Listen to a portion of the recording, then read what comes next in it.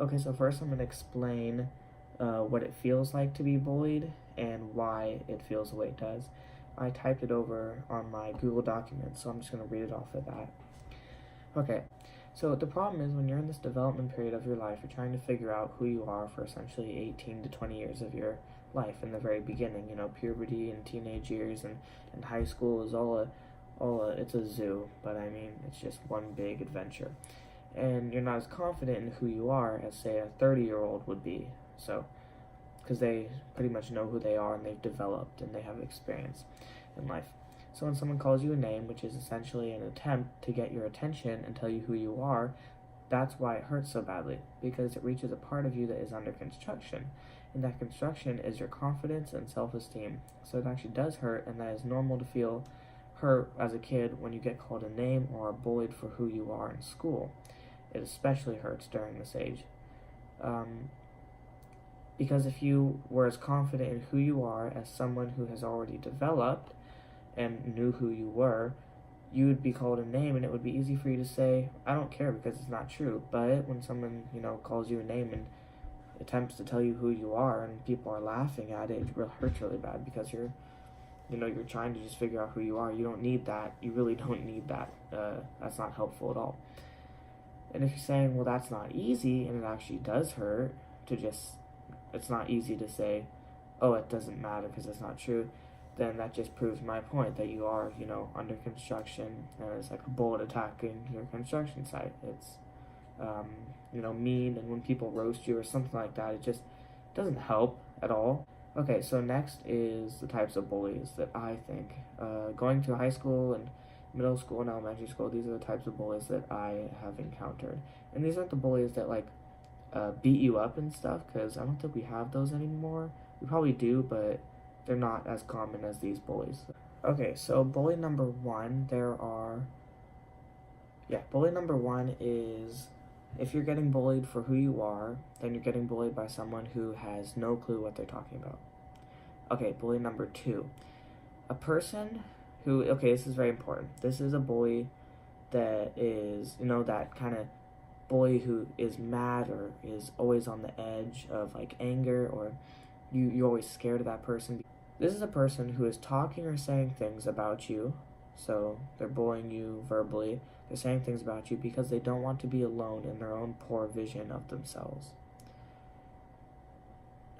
So they're saying things to you which is potentially how they see themselves.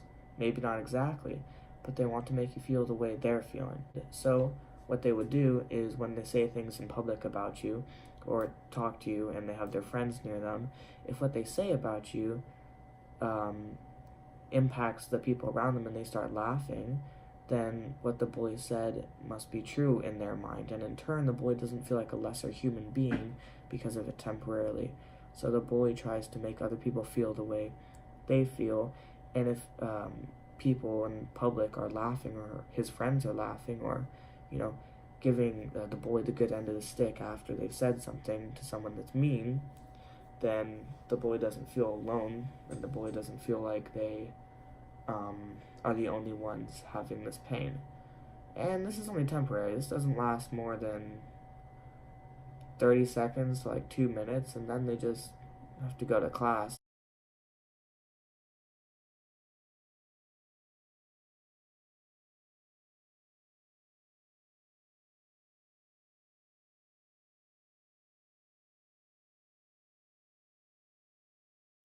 Okay, bully number three is the pretty boy or girl with everything but a sense of humanity. By this I mean, this is the type of person that's like the cool kid, or they think they can say whatever they want, or they think that they can do whatever they want, get away with it, and it doesn't affect other people, or it doesn't matter what they say to other people. They're better than you, stuff like that. So the reason they do this is because they are popular in school, or they get a lot of attention from boys and girls, and that means that they have an altered reality. So when they have that, that means that they can walk by in the hallway and say something to you that's absolutely rude, and they don't care because they think it's okay, because they have a bunch of friends that think they're cool, and whatever they say they like. So if they say it to the cool person says something rude to another person, that doesn't make them think twice. They just think, what I say is, I don't need to check myself. I'm fine. I don't need to think twice, right? Another thing could be, it could be a test of power.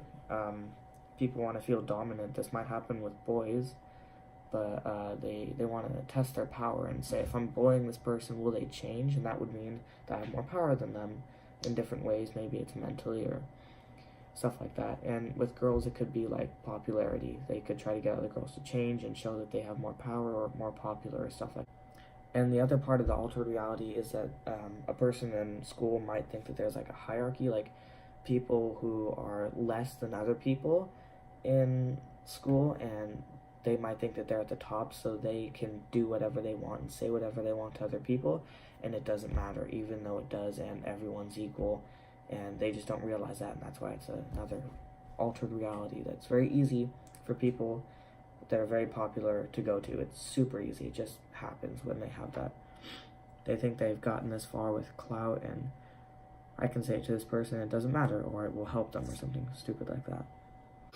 Okay, that wraps up for this video. Thank you for watching. I have a lot more stuff on bullying coming, and I know I haven't posted in a while, but that's okay. I'm going to be posting more, and I do have a book written. It's called Kid to Kid Therapy, and it's all about, like, loss and how to, like, if your pet dies, a family member dies, or your parents are getting divorced, and more importantly, how to get through your teenage years when you're struggling, like you have family problems or stuff like that.